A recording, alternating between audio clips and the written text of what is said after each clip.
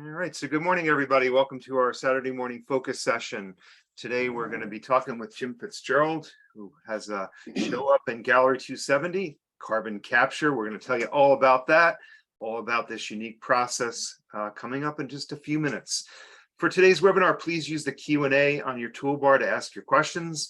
We'll answer some questions during, and we'll answer some of them at the end of today's presentation. So give us about a minute. We'll get started. Good morning, Tom. Good morning.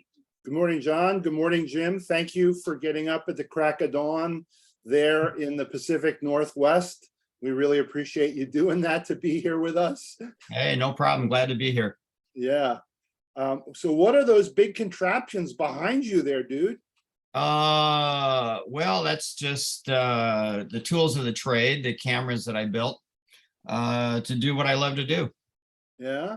Yeah. So you got, for every size photo, you got to have a different camera, right? If you want to do different sizes, you got to have different cameras, right? Correct, because I work in film.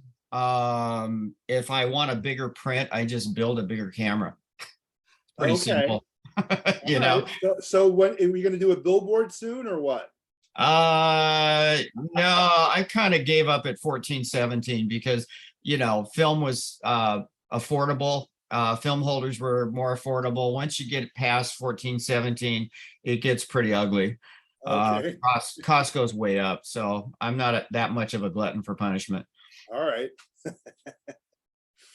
All right. Well, that's fantastic. So tell us a little bit about carbon printing. I mean, it's a process from, that was perfected in 1865. And how many people do you think are working in carbon today actively, Jim? It can't be a whole lot, right? I don't know. It kind of varies. It's getting to be more and more as the years go on, which is great, but probably about 250 to 300 people worldwide, maybe more.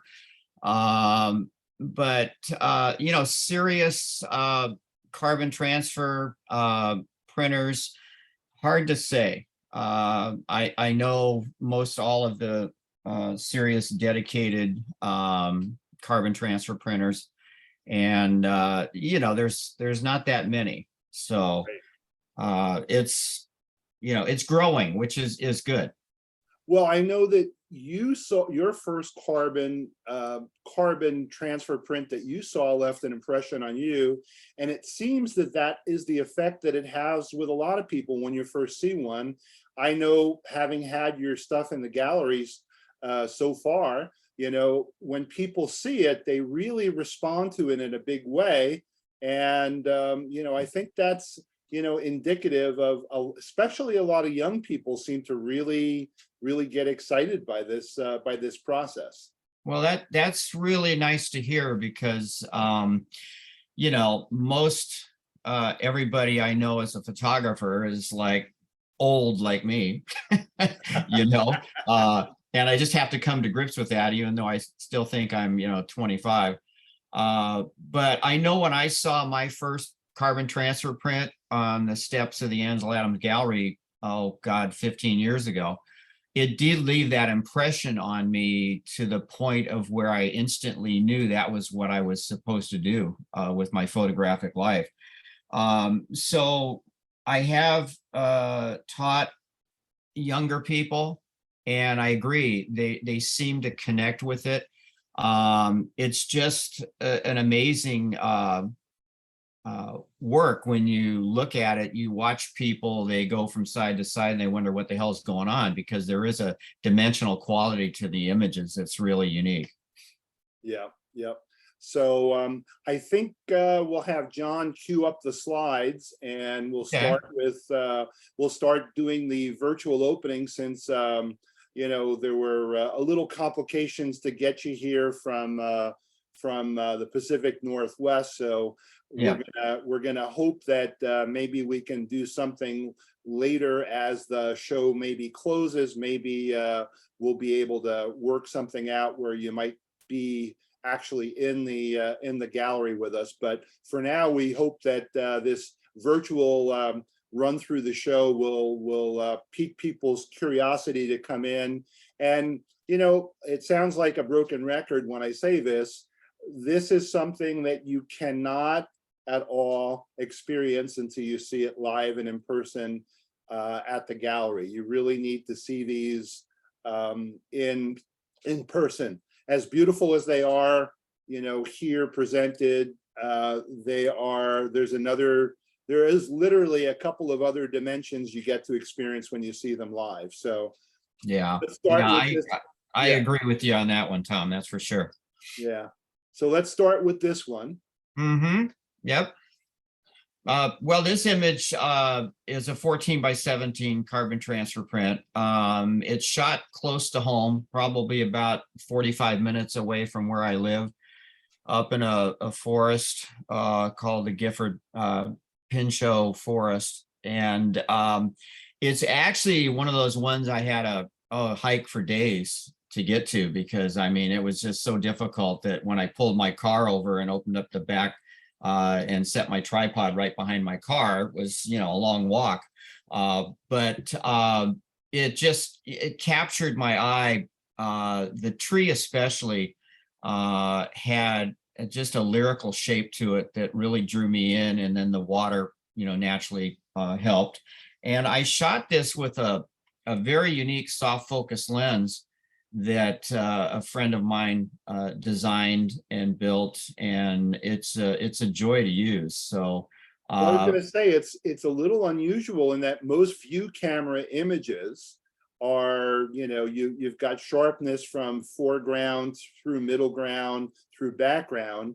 right. And it almost looks like you just focused on the tree and you were able to get, the depth of field so that the stream, and the behind the tree is actually very, very much in beautiful soft focus. Yeah. And it's I have a very good friend of mine who's he's an optical engineer, and he took the best of all helpful in your business, and to have a friend as an optical engineer. It's nice to have a friend like that, Yeah.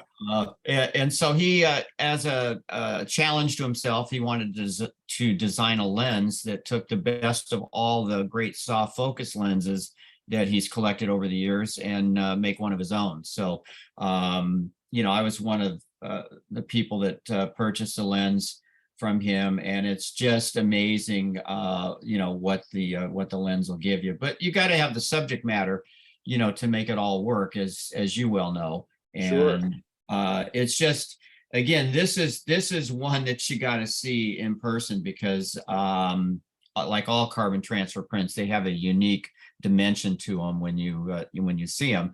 And I don't put glass on any of my frames and any of my images. I've always felt from day one that the prints have a life of their own, and they're alive. And when you put glass on them, whether it's the best quality museum glass, anti-reflective, blah, blah, blah, all that stuff, it just kills the image in my mind. So I always show the work that way. And it's just, something happens to the work in handling or whatever, then, hey, sorry. What can you do? I just have to make another print. So that everything comes with a lifetime guarantee, huh? Yeah, pretty much. Well, you bring up a good point. Okay, it does come with a lifetime guarantee, but once it leaves my hands, it's their lifetime guarantee, because these are the most archival prints that you can make. Got it. So that's the thing that was a big draw for me personally, was the fact that they are so archival. And then there's other factors that come into it, as well. But the archival quality is second to none. Next slide, John. Oh, it looks like we got it cut off a little bit there, huh? Unfortunately. Yeah. Yeah, maybe a little bit, but I think you've got enough to see. Again, this is another 14 by 17. This happens to be in Yosemite Valley. This is a shot that can no longer be taken because where I am standing to take this, there's probably about a 20 to 50 ton boulder, granite boulder that came down and is right in that viewpoint. So it's a little bottom cascade from Cascade Falls. that is just, it's one of those areas you don't know where it is unless you know where it is, because it's Wow. really hard to find. Wow. And not many people take this little trail. So I actually took a good friend of mine with me when we were shooting this. He has a 20 by 24 shot of this Wow. from a different angle. But yeah, it's a great a great spot that I can no longer access. Wow. So that makes it even all the more special. Now, your Yeah. friend with the 2024, was that a view camera? Oh yeah. Yeah. Wow. Yep. Yeah. He's got a Chamonix 20 by 24. Wow. that How was shot long would on you say the 8%. exposure is on this one, Jim? It's probably, Or- oh, probably God, I think it's probably 4 or 5 minutes at least. Yeah. It's a rather quick one. Yeah, right. But it's really perfect in the way that the water is expressed there. It's just beautiful. Yeah, See thank all you. sorts of apparitions in the highlights and stuff, you know? Yeah, yeah. Okay, next one, John.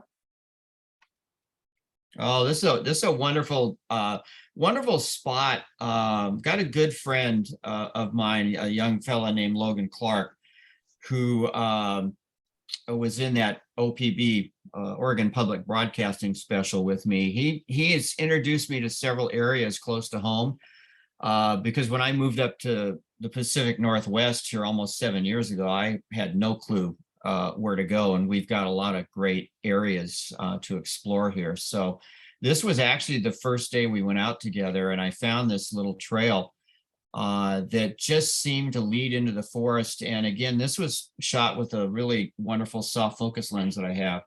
And it just had a feeling of light that was really enjoyable to me.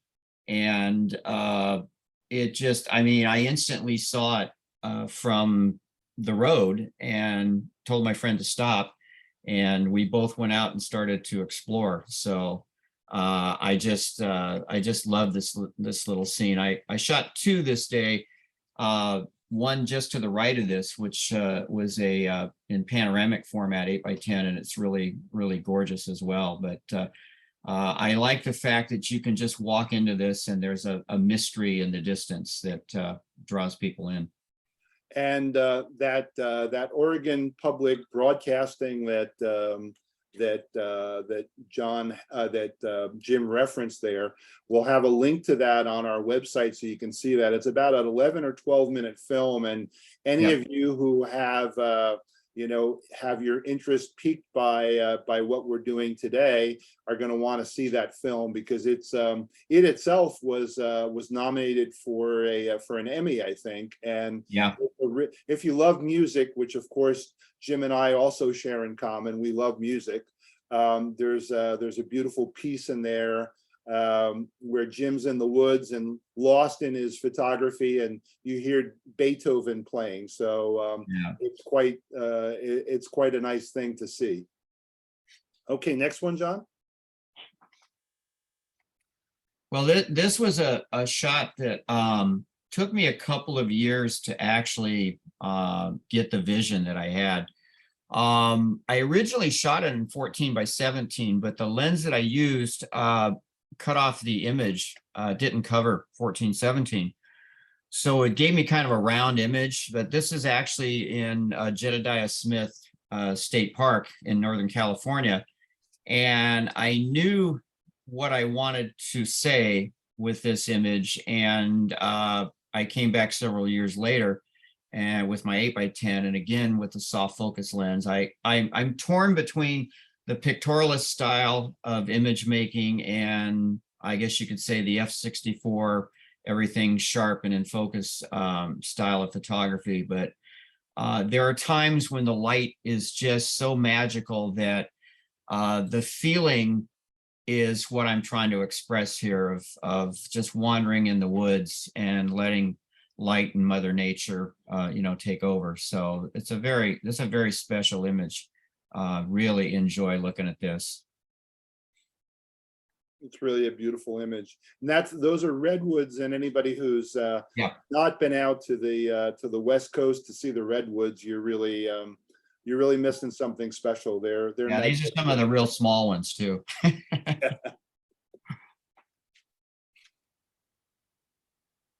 This is an image that I found. The tree in the middle is an image of mine called Eye of the Oak. And I titled this, I don't know, Between the Eye or something like that. I forget actually the title of it, but I hiked up the mountainside quite a ways and was able to frame my favorite tree between these other two oaks up the hill. And I've got quite a bit of tilt on this to level out the planes as best I can. I didn't get it 100% right, but you know, I'm on a pretty steep angle, and the joy of using a view camera, you can kind of correct those angles. I'm still a student of that because after all these years, I still kind of mess it up. But this image was really important because I was able to you know, express something that on a backside of this really wonderful tree of mine that I was trying to find a different angle, and this is one that just absolutely worked really, really well. So that's the opposite of Eye of the Oak, then, Jim? This is behind Eye of the Oak. Yeah, the tree in the middle is the big oak. Eye of the Oak tree, yeah. The Eye of the Oak tree, yeah, in the middle Okay. there. And so I was looking for a different angle, and I saw these trees up the mountainside, and I thought, well, let me go up there. Took the camera and all my gear up there, and then I turned around. I saw, you know, a way to frame it in a different way that people would not even know that, you know, it is the Eye of the Oak tree in the middle there. I would have never guessed that myself. Yeah, yeah. Until I tell people, and they're like, you know, I show them the other tree, and it's really hard to tell because it is at a different angle. But yeah, it was really important because I wanted to find a different angle to present that tree as well. Well, see what secrets you get to learn on these webinars. See that? I would never have known that, and Yep. probably most people don't realize that. That's I think that's why I titled it The Eye Between. And I got it. so I that's got it. yeah, that's the reason for the title on that one. How about that? I like it. I like it. Yeah. All right, next one, John. This is a favorite little forest of mine at the area called Lucia Falls or Lucia Falls in again, it's about 30 to 40 minutes away from home. And this is where in that previously referenced Oregon Public Broadcasting segment that they did on me, this is where we went to film the segment. And this is the print that you know, presented during that segment, and the one that I was developing during the segment. And it's a little micro forest that's not very big. It's young, it's evolving, and the light is just incredible when it comes through and is side lit and backlit. And again, using one of my little soft focus lenses on the 8x10, it just conveyed the feeling of light that I was looking to express, you know, in the image. And just the mystery of it is really, really special, you know, to me.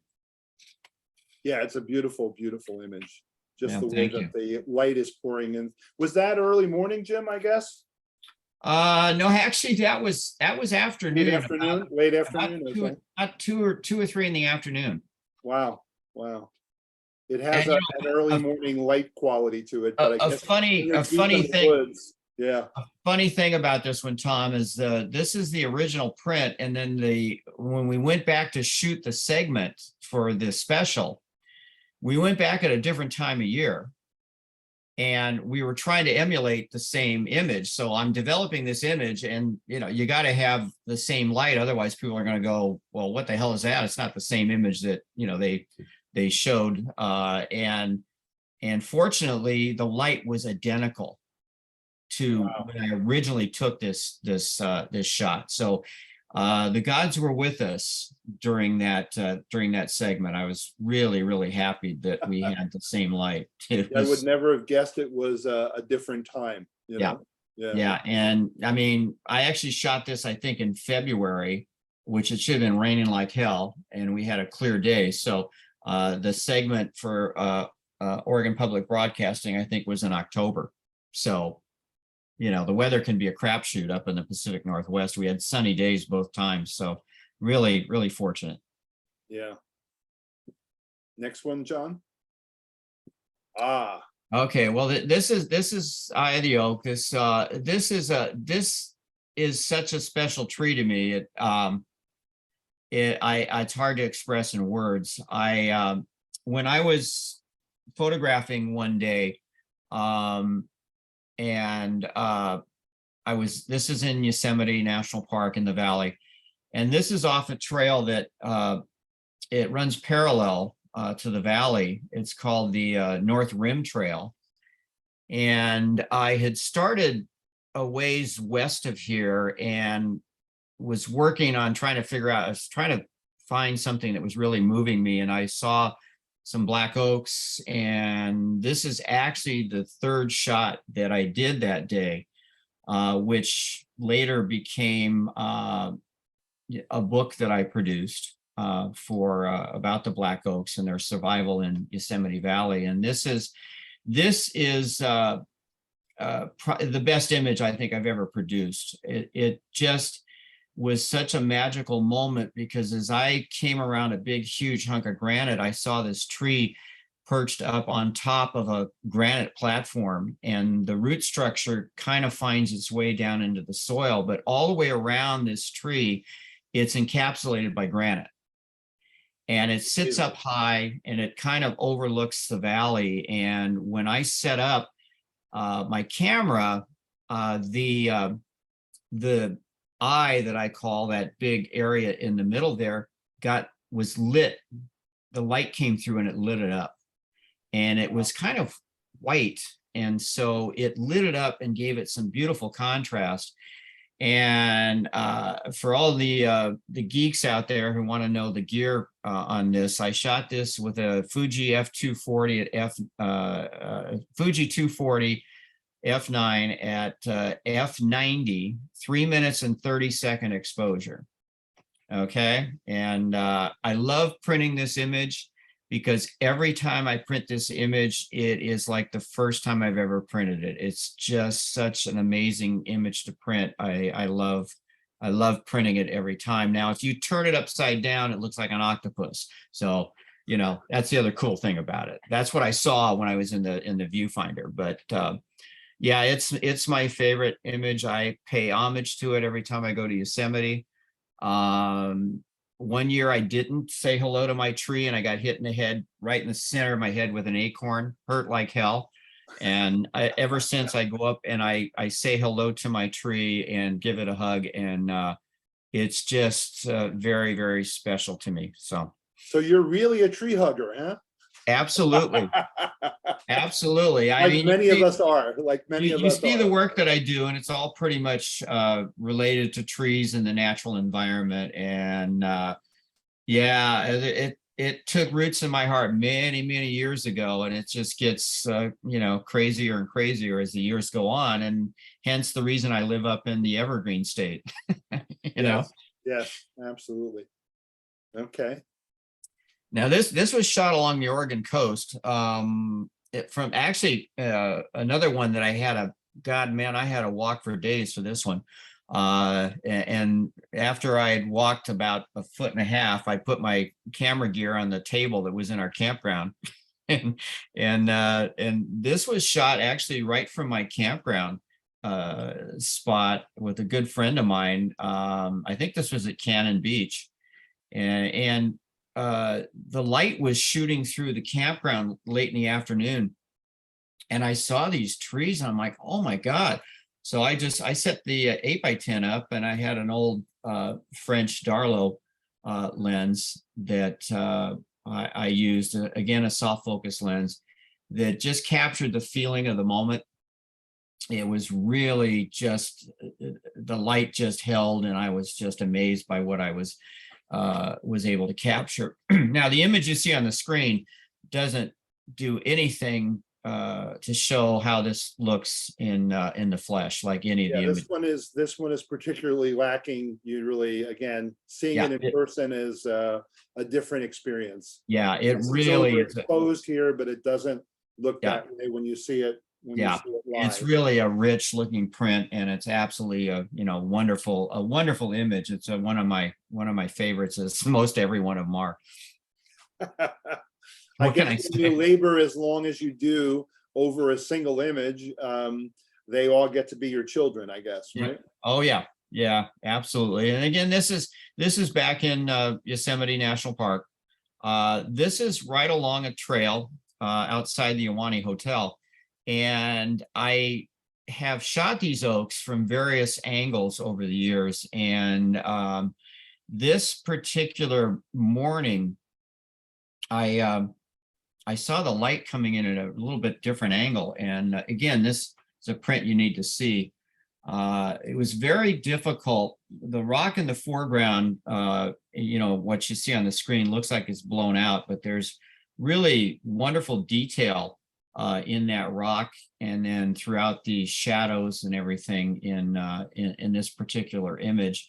And the wonderful thing about carbon transfer printing is you can hold exceptional detail in the highlights, the shadows, the midtones. It's just amazing what this process allows you to do. And this is one of those images that really reflects that when you see it in person. Yeah, I like the the interest of that highlight down below there. It's kind of an interesting shape. Yeah. Yeah, Yeah. beautiful. This is It's- this is an image that has garnered actually a lot of attention for me over the years.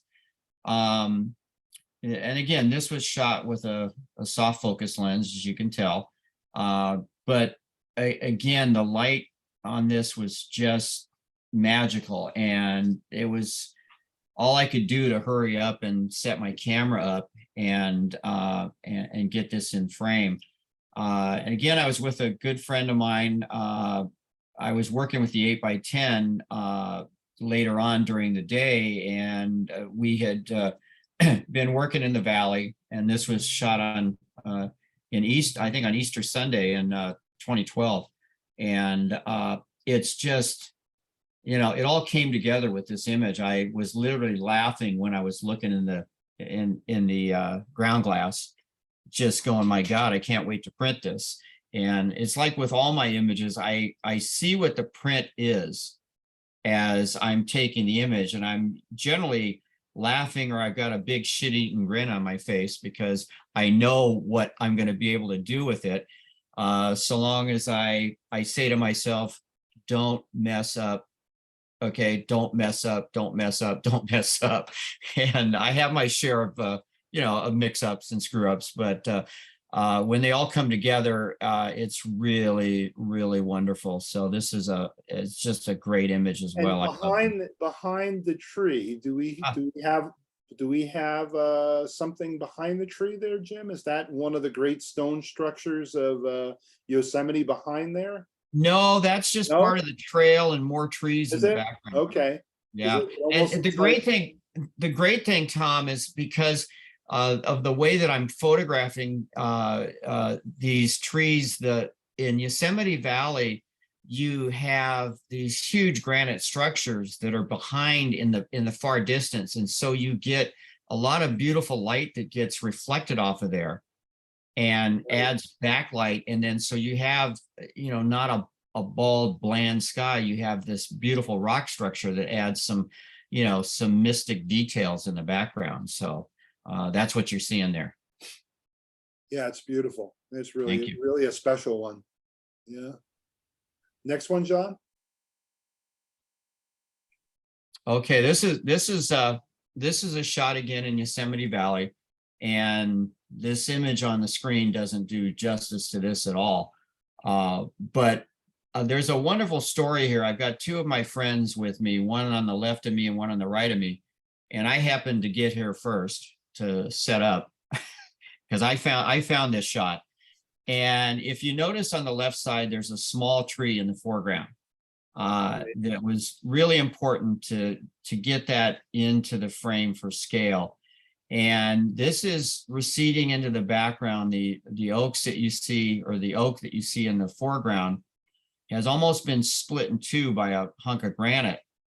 And there's a lot of interest in this. If you look into the background or midground of the image, there's a rock on the upper right-hand side that it's really hard to tell whether it's a piece of rock or what the heck it exactly is.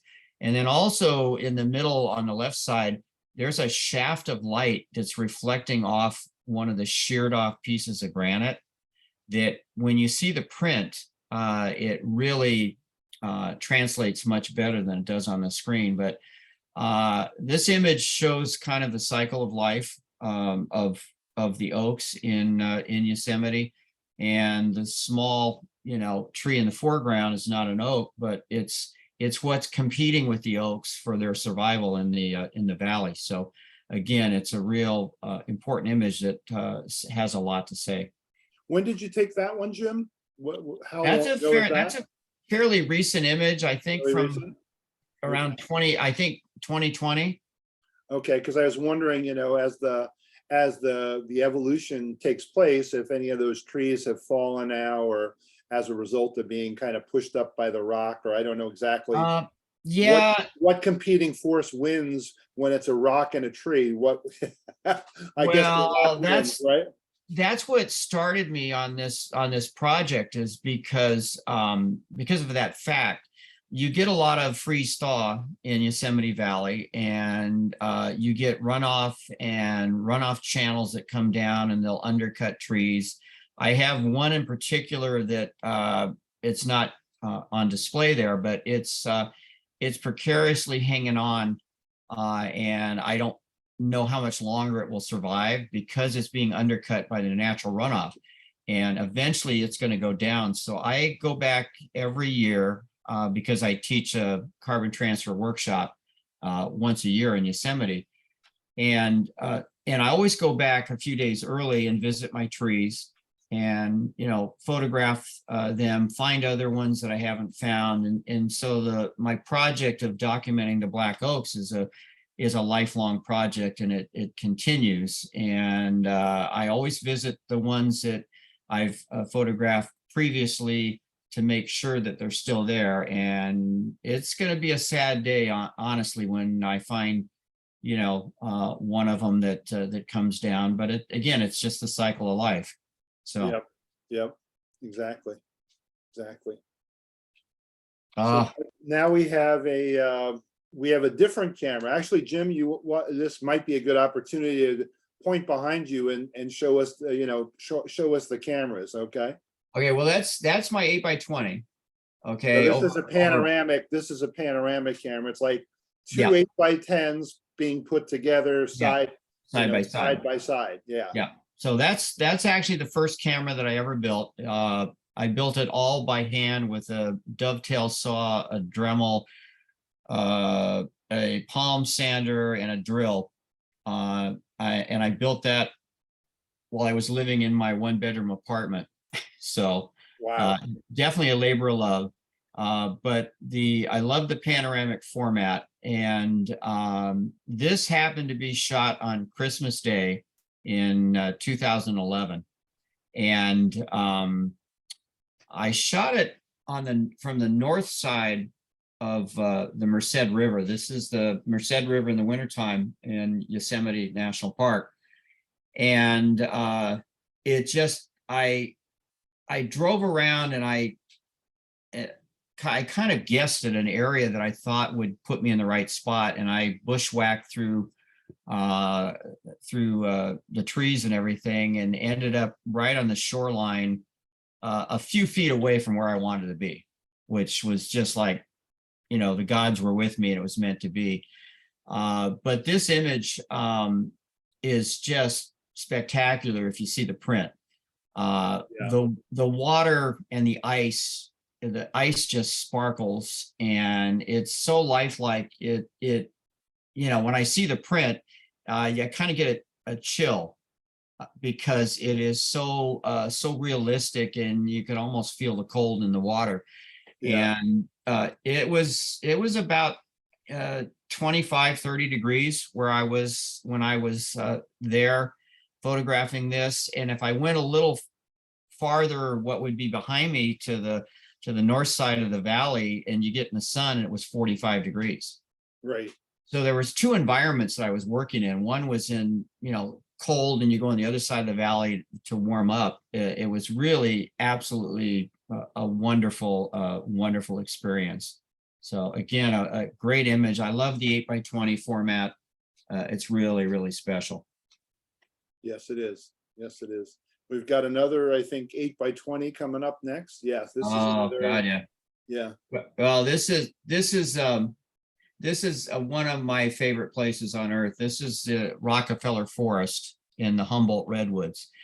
And it contains the largest concentration of old growth redwoods in the world.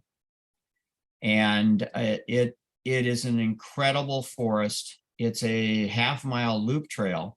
So when you're carrying an 8x20 camera and film holders and everything, it's a bit of a challenge, but you're not far from the small parking area. And this image, when we were walking on the trail, my wife actually found this shot and, told me, "Hey, honey, look over your left shoulder." And there it was. And it was really, easy to compose. But this image is about, I think this is about a 15 or 16-minute exposure. Wow. So if you Not look a lot of light there, huh? not a lot of light, and it's really dark, and the ferns in the foreground, if you look really close, you may see a little bit of movement. But I have a pact with Mother Nature when I go into the redwoods where 98% of the time she holds her breath for me until I leave. And it's really, really wonderful because working with, large film cameras at small f-stops, this was probably shot at f/64. You need a lot of time. And I Jim, shoot, yeah. Yeah, I was going to ask you, how many shots do you generally bring with you when you go out? I mean, for those of us who are become used to using digital cameras and hundreds of shots, Yeah.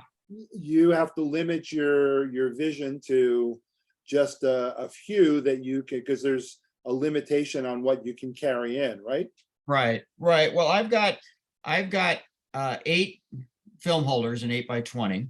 Right. So that's 16 shots. So when I'm out on a trip, I'll bring it all. And I'm kind of a one and done guy, so I don't do duplicates. So I shoot one image and just, I don't call it luck or experience. I usually get it right on one shot. Now this was shot on ISO 25 speed film. Okay. Now people have said you're crazy for shooting slow film. You should be shooting T-Max 400. And the reason I shoot slow film is light moves, and on a long exposure, light will help shape the image. And I think that gives an extra dimensional quality to the work that I do because I shoot that slow film and it wraps light throughout the imagery. And it's really a special way for me. It's just the way I work. And plus I got a freezer full of film. So I got a lot of slow film in my freezer. I think the fastest film I have is FP4. So. All right. Oh, this is another favorite. Now, this is just a portion of a root structure, I think, of a giant cypress along the Oregon coast. This is at Shore Acres. A great place if anybody's on the West Coast in beautiful. In Southern Oregon by Coos Bay. This image, if you go to the left of it, it's about at least 2 times bigger than what you're seeing here on the screen. But this image, this just spoke to me, and I titled it Twisted Elk, Shore Acres, because it reminded me of an elk head, and just the way it was shaped, it just really, really had a lot to say to me. Now, I shot this on it with my Sharp 240 Fuji lens, which covers my 8x10 with virtually no movements, but it's a great lens. And this image, I just absolutely fell in love with when I printed it. And after I developed the film, I saw, oh my God, I couldn't wait to print it, because I knew I was going to have something special. So it's a gorgeous image. When you see it in real life, I think everybody would concur. Yeah, there's so many things it alludes to in nature. You can almost see like an elephant tusk in there, and you can Oh see, yeah, like, you can find animals in this thing. It's amazing. yeah, It truly is. Yep. yeah. Thank you. Yep. Next one. There we go. Oh, okay. This is a tree in Jedediah Smith redwoods. There is a road called Holland Hill Road that goes for about 7 or 8 miles from east to west or west to east, and you can virtually pull at turnouts and photograph from the road. So this was shot from the back of my car, and it's an area that has incredible amount of old growth redwoods and second growth redwoods. And I'm shooting down the hill, and this particular snag has been a favorite of mine. I've shot this in sharp focus and in soft focus, and I was just feeling soft this day, and the light was lighting up these little trees that surrounded it, and they were sparkling. And I thought, oh my God, that's just perfect for shooting with a soft focus lens. And the feeling was there. Again, I work with whatever feeling hits me, and this just felt so, I hate to use the word magical all the time, but it really did. It had a magic to it that made me wonder, what is going on behind it. And you got to remember that these trees had been there for thousands of years. And what was it like? What was this tree like before it got struck by lightning or whatever that turned it into what it is now? So again, just God, I love going on this road, because you find imagery every turn. Well, So magic and photography is, that's a word that I use all the time, because as people who love photography, we are dealing in magic, because Yep. the camera can see things that we can't, and can also make things disappear that we do see. So yeah, absolutely, so- yeah. are those ferns growing up in that fallen redwood there, Jim? Is that? Yes, yeah, Yeah. yeah, And that's they're- part of the natural cycle, I guess, that will eventually wear down the that stump there, right? Yep. And then you have, other trees that'll start growing out of fallen trees and split trees. You'll see trees inside of the trees. So again, it's a cycle of life. I feel sad that these things happen, but then you see that the new life comes out of there. It gives me hope for the future. Absolutely. Yeah, it's beauty. Next one, John. I think that's our is that our last one? I think so. Okay, now this is one of those shots that I was with a good friend of mine, and we were driving up through Prairie Creek redwoods again in Northern California, and I'm driving up the road, and we're looking for things we want to photograph, and I saw this to my left, and I told my friend, hang on a minute, I got something. So I whipped a U-turn, drove back, and I slid into a little turnout area, and he goes, what? I said, look to your right. And he goes, oh my God. And he's a friend of mine who I've been kind of mentoring. And I said, come on, Matt, get your camera out, let's go. And so I set up my 8x10. This is actually an image that I shot in sharp focus. And then I switched lenses and I shot a soft focus of the same image. Kind of a rare thing for me to do something that way, but it was just feeling that way, so I did it. And what you have in the lower right there is actually a fallen giant redwood. It's really difficult to hold detail in it, but when you see the print, you can see the deep detail in those really dark shadows. I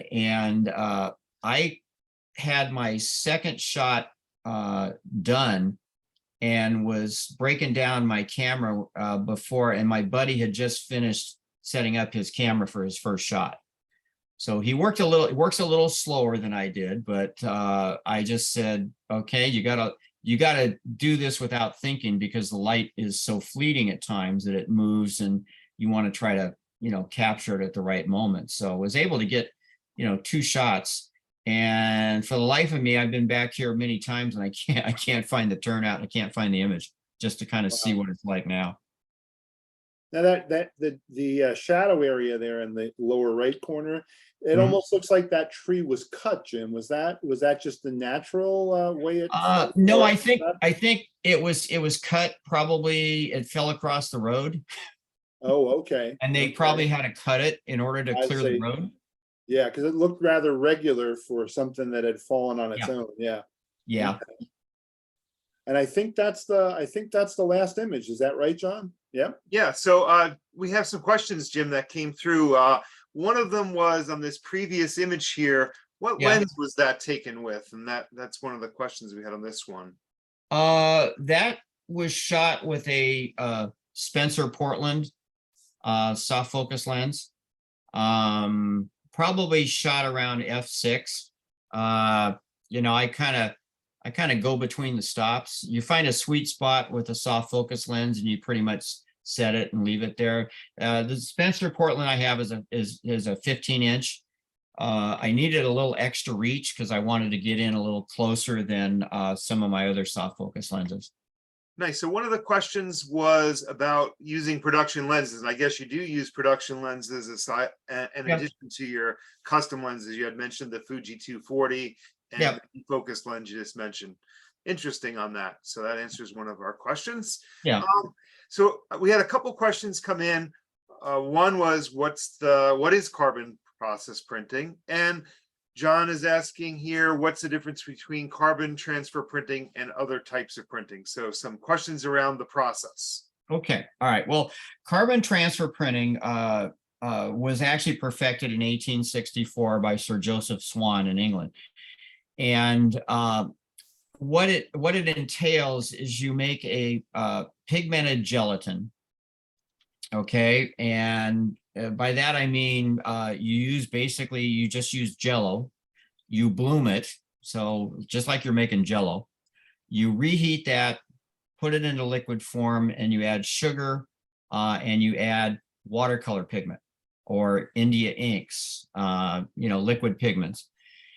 And I pour a measured amount onto a temporary substrate and I let that dry.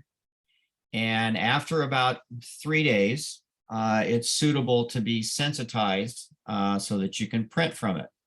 So I sensitize it with ammonium dichromate, okay, and acetone. Acetone's a vehicle to help the solution penetrate into this tissue substrate. I call it a tissue once it's poured, and it's a little bit bigger than the size of the final image.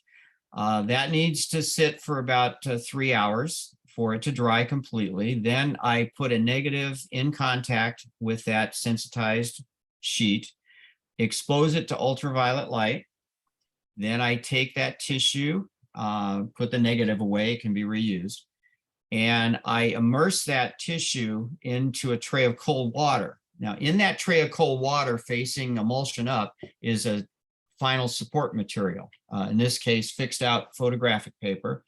I mate the 2 substrates together underwater, snatch it out, squeeze it to glass, let it sit there for about a half an hour, and then I take the sandwich out, put it in a tray of hot water, and after about 4 or 5 minutes, I peel off the temporary substrate. It transfers the solution to the final paper, and you agitate it for development.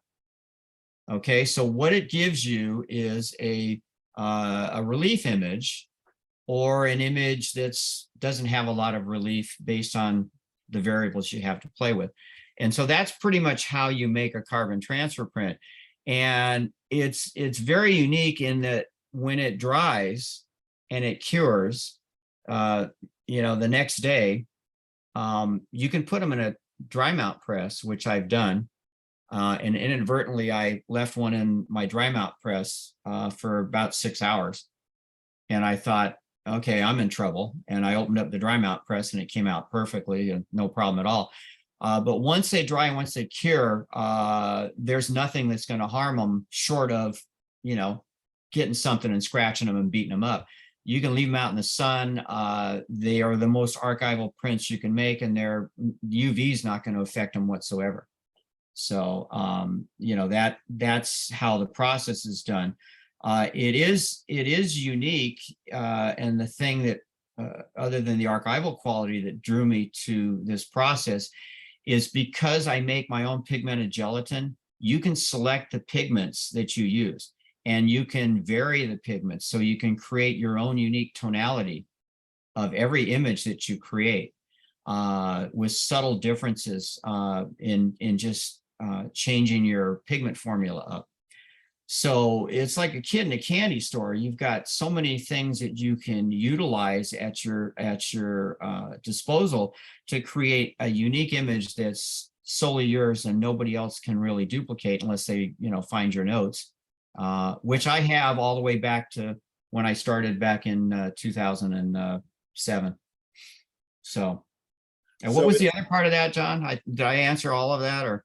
Yeah, and I guess, how does it compare with other processes? I guess it's all in what you described there, and the permanence, I think, is a big part of it, right?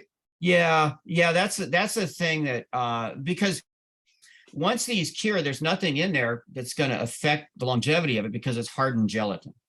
Because you clear it out, there's some clearing processes that you go through that clear out any residual chemical. So the only thing you have left is hardened gelatin, which will outlive the paper that you printed on. So, it's similar to other contact printing processes in a way. It's similar to gum bichromate. Right. Somewhat, we all like platinum palladium prints, but unfortunately, due to the rarity of some of those materials, the price to do platinum palladium printing is really through the roof now. It used to be that the platinum was the expensive thing and the palladium was the thing that you use to extend the versatility of the platinum that you had. Right. Now the palladium is 4 or 5 times the price of platinum. So this is also a very affordable process by comparison to a lot of the other methodology that's used. So oh yeah, you bring up a good point, Tom. The only expensive thing that I have to get is the ammonium dichromate. Okay, everything else is relatively inexpensive. You can actually print these images on expired photographic paper, just fix it out and use it as your substrate. You can print them on glass, you can print them on metal, you can print them on fine art watercolor paper, so long as it's properly sized. So the versatility is just amazing. And I can duplicate the look of a platinum print, which I've done on a challenge that a good friend of mine presented to me years ago. If and I have an ability to just look at something and kind of read the color and tone, and I don't know what it is. I can just figure it out and match it. And I've done that with some platinum prints that friends of mine have told me, oh, you can't duplicate this in carbon. And I think I told you the story where I had a platinum print that a friend of mine had me print, real pretty fine art nude. And from across the room, I told him, after I'd printed my duplicate or my version of it, pick the print, and he picked mine as his print. And then he said, after that, he said, okay, I'm not saying anything else. He said, Jim, yeah, this is what you were meant to do. So that's the wonderful versatility of it, is you can change things up. And go whatever way you want to go with it. You can use more than one. Do you use more than one pass, Jim, or all your prints one pass? All my prints are single monochrome transfers. So meaning that it's the image is reversed. Okay. So if I wanted to, let's say I'm shooting something with a sign that's got words on it. If I print it, it's going to be reversed in the process that I do. Now there's a double transfer that you can transfer it back into the right orientation. And that's on you transfer to a temporary substrate and then you transfer to a final substrate. Now, I'm like, okay, well, you lose a little bit of sharpness, but why not just print it backwards, transfer it once and be done with it.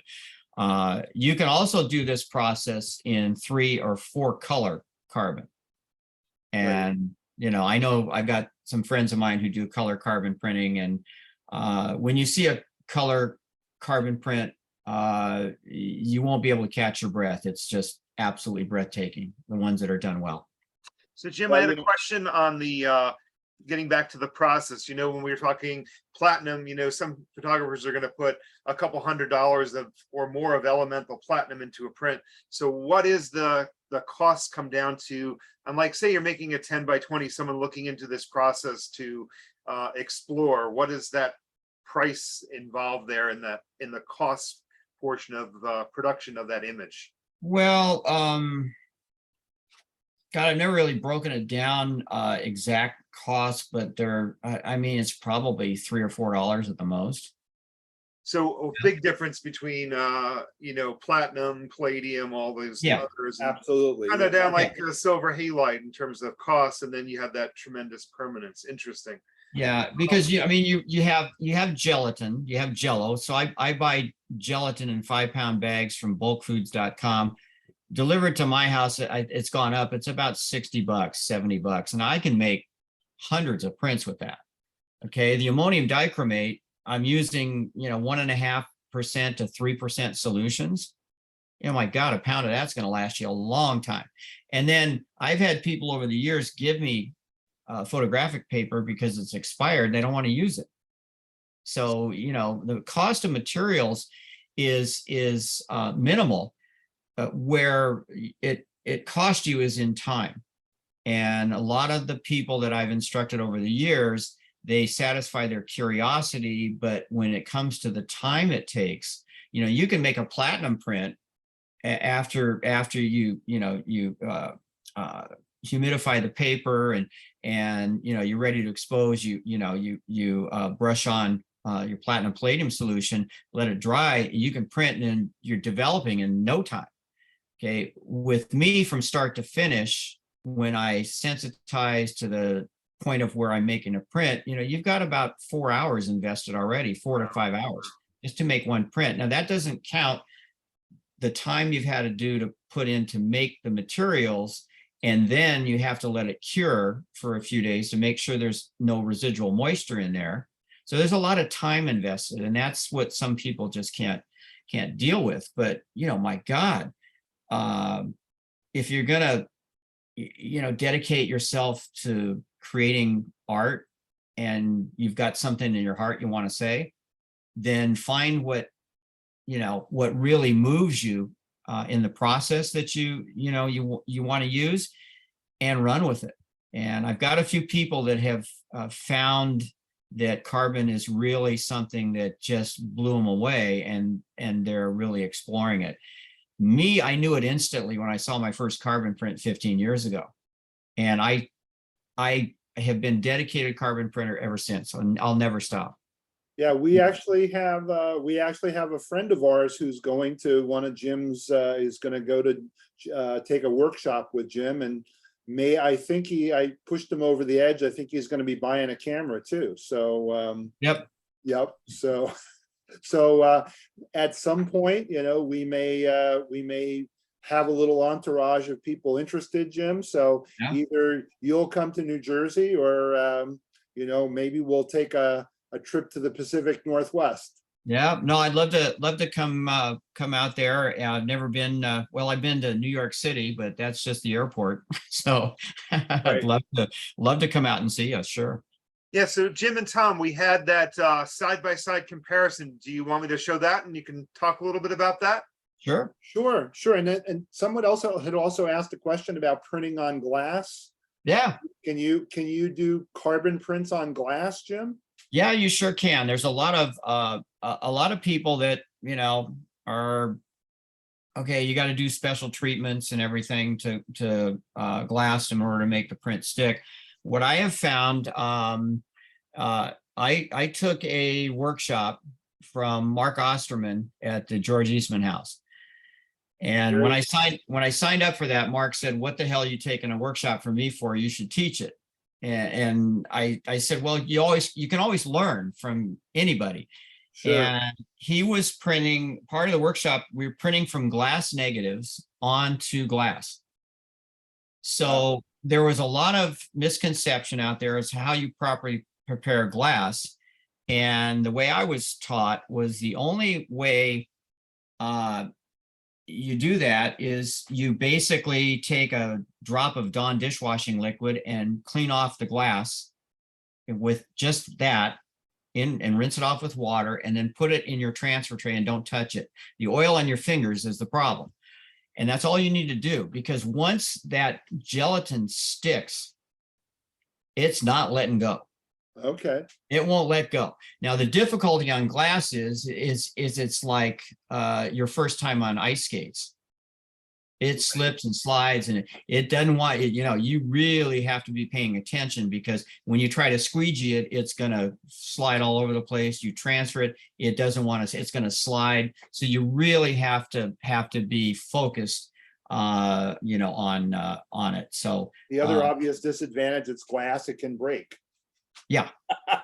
But the great thing is you can back it with different materials. So you can make an orotone, you can back it with gold, with silver, with white, with, different colors to change the overall look of the image, which is really, pretty cool. My wife prints on glass, which is really something special. She's done some really wonderful images on glass. Wow. So the two images you have here on the screen, the one on the left is my original print, and the one on the right is a print that was done by a good friend of mine in Valencia, Spain, Calvin Geyer, who is an incredible carbon transfer printer. He works totally in a digital workflow, had never printed from a film negative, and he got a hold of me and asked if I would be interested in sending a negative to him that was extremely difficult to print and from film. And so I said, yeah, I've got something. And my concern is this is a negative that is really special. And so anyhow, I sent it to him, and he did, I believe, a 2-pass print, which is the one on the right, and mine is on the left, which is a single transfer, carbon print. Now mine's a little warmer and his is a little colder tone, but the difficulty in printing carbon in what I could consider these images are more high key is if you look at the lower left-hand side, you can see the corn texture of the snow. Now, you got to remember, you're clearing out black pigment to get white. So it's really difficult to eliminate any staining. Now, if you look on mine on the left-hand side, just up from the bottom, there's a little bit of pigment staining there, where on Calvin's there's not. And so we traded some tips with each other about how to correct that on mine, but the negative is very dense. It requires a lot of exposure. It generates heat. And when you generate a lot of heat, you can pull up residual moisture in the tissue, and that can cause pigment staining. So I haven't printed my image again, but based on the talk and everything I had with Calvin, I've got some ideas on how to reprint the image. But he was very satisfied with the fact that I sent him this negative, because he said, yeah, this is an image that's really, really difficult to print. And, so we both learned, quite a bit from printing this. And if anybody in Europe is looking to learn carbon transfer printing, Calvin is just amazing. And again, he works in a digital workflow. So you can do this process from digital negatives, either from digital capture or film in various sizes and scan it, make a digital negative to the size that you want to make the final print. And then the rest is all the same. The transfer process and everything is all the same. So I have taught, the workshops I teach are mainly taught with film, but if you have a proper negative with the proper curves, it's very easy to standardize your printing process and work in a digital workflow, which opens it up to, younger people and, people who, for one reason or another, have given up their film shooting days and have gone to a digital workflow. So this is just an example of what you can do. Excellent explanation on that, and very interesting process. And I know, Tom, you always say you really have to see the work. I mean, I was amazed when I was looking at the prints on the wall. Again, as you mentioned, Jim, nothing has glass on it. You can see the actual height to the images. So Yeah. you really do need to come out and take a look at that. Yeah, it really makes a difference. And the different papers that you print on can give you a different, relief effect. On a high gloss paper, you have more of a textural relief structure. And on my soft focus work, I always print them on a matte paper. It takes on a whole different look. They take on a look of almost like it's etched into the paper when you look at it from the side. So that's the flexibility that you have in this process. It's just amazing what you can do. Very nice. So we have a picture of the book in the next slide. I thought maybe you and Tom could talk a little bit about that. And one question just came in from Terry. He wants to know if you use any filters when you're out there in the field. I do from time to time. A yellow-green filter is pretty much my standard filter if I'm going to use it. But most images are shot without filters. But yellow-green, because I'm working in the forest. Certain times of the year, I may want to boost the contrast a little bit, so I use a yellow-green. That's about the only one. Yep. So we are very lucky. Jim sent us a copy of his amazing book, and it's really something special to see. All the work is done by hand. Even the pages that have type in them, they were produced as a carbon print would be produced. So there's an equal, I assume an equal amount of time was spent on each page of the book as was spent on a photograph, Jim? No. No. Actually, the easy part of the book is the photographs.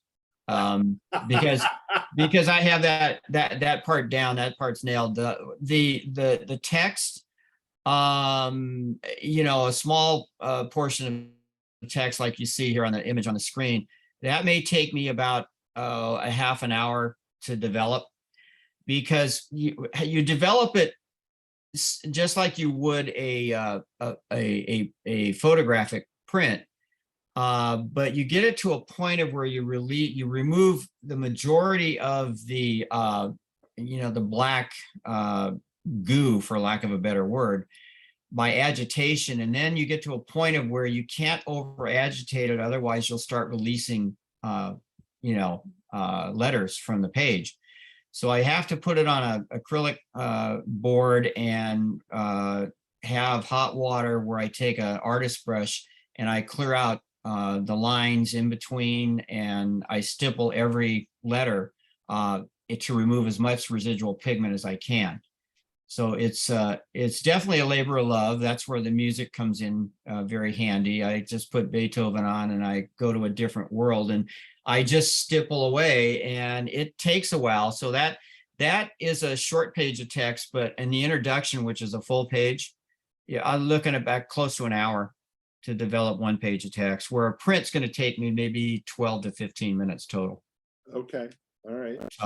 So was a very special project for me, because the images that you see here, the image that the book is open to, is the first shot that I took that actually is where this project began, documenting the black oaks. And this was the best photographic day of my life, because I worked from the west side of Yosemite Valley all the way to the east side, and which is about 6 miles or something like that. And I had 12 sheets of film with me, so 6 holders, my 8x10, and these are 3 images in the book, but there's 8 images in the book, and 8 of the 12 images I shot on that day are in this book.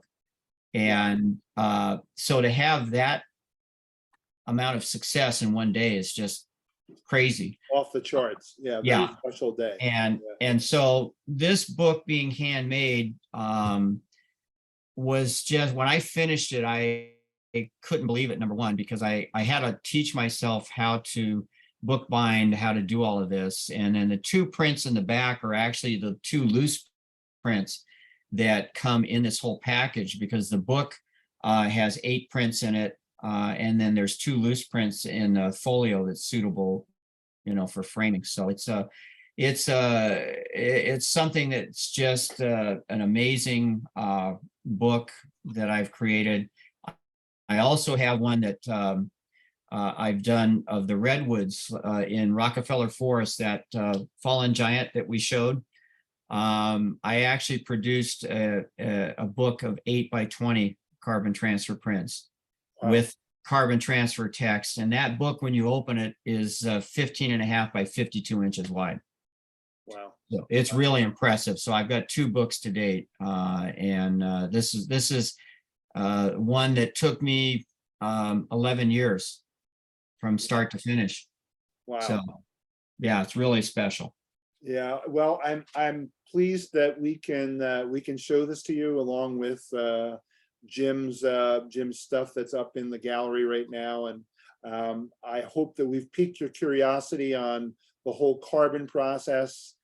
Carbon, of course, is the most common element in the world, and these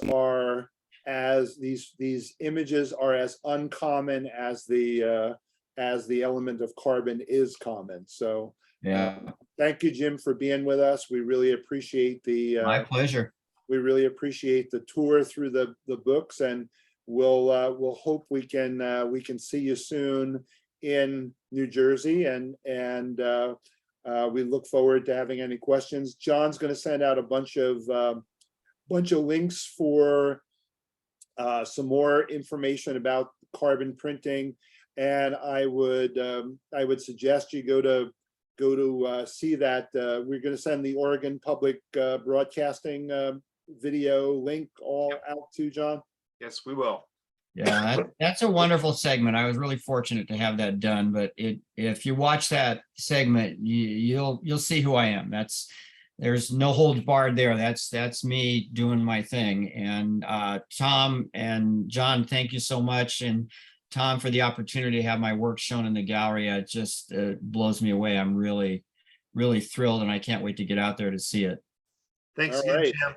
And just so everyone knows, Monday through Saturday, 10 a.m. to 5 p.m., come on down to the store. You do have to take a look at it. I know you always hear us say this in all these webinars when we are discussing the works, but this is truly one of the ones you do have to look at. I was really blown away by what I saw, and definitely come on down to the store, take a look at that. Tom, what do you got to say? That's about it. I really appreciate our friend Jim getting up at the crack of dawn for us, but I guess he's used to it for a certain expedition he goes on anyway. But thank you, Jim, for getting up so early, and I hope you enjoyed it. And we'd love to see you in the store and gallery, and love to have you your questions. Thanks again. Yeah, I'm looking forward to it as well. All right. Thanks, everybody. Thanks for joining thank us. We will send out a replay link and some handouts, by the latest tomorrow morning. So thanks, everyone, once again for joining us, and have a great weekend. Thanks again, Jim. Thanks, Tom. Awesome. Thank Bye-bye you. now. Okay, Bye-bye. bye.